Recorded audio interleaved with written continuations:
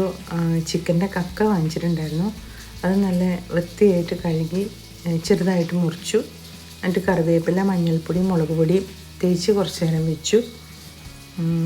Then cooker അടുപ്പിൽ വെച്ചിട്ട് എണ്ണ ഒഴിച്ച് കടുക് പൊട്ടിച്ചു. ഇഞ്ചി വെളുത്തുള്ളിയും ഒന്ന് ചതച്ചത് ഇട്ടു.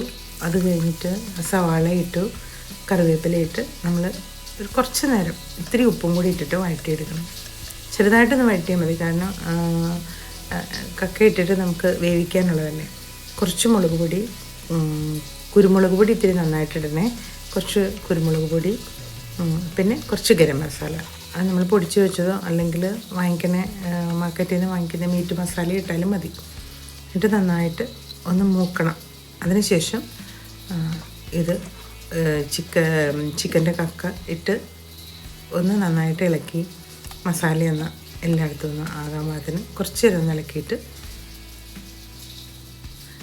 കുറച്ച് വെള്ളം കൂടെ ഒഴിച്ചിട്ടൊരു 1/2 ഗ്ലാസ് വെള്ളം മതി കേട്ടോ. ഞാൻ ഒഴിച്ചപ്പോൾ ഇത്തിരി കൂടിപ്പോയി.